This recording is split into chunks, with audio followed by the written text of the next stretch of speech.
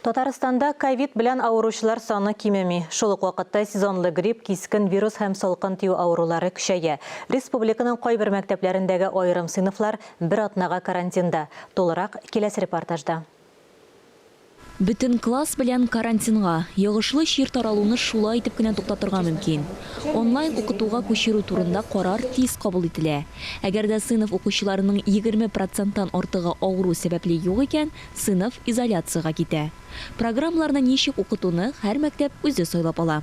Программа будет выполнена за счет уплотнения. Программа материаллары балалар мәктәпкә укырга килгәнче бер кадәр тыгызлана. Карантин вакытында балалар өстәмә биремнәр ала. Булар нигезендә иҗади характердагы биремнәр, контур карталары белән эшләүгә игътибар ителә. Сыйныфларны кимендә 5-7 көнгә ябалар.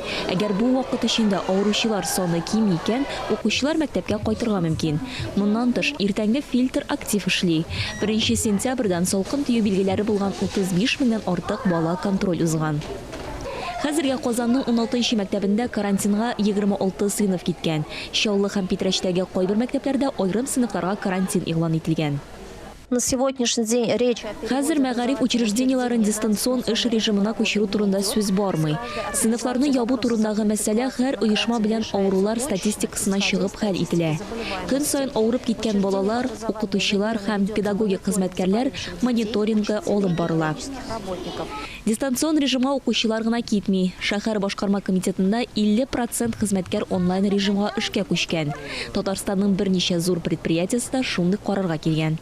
Озиля Батырханова, Диана Малярова, Татарстан яңалыклары.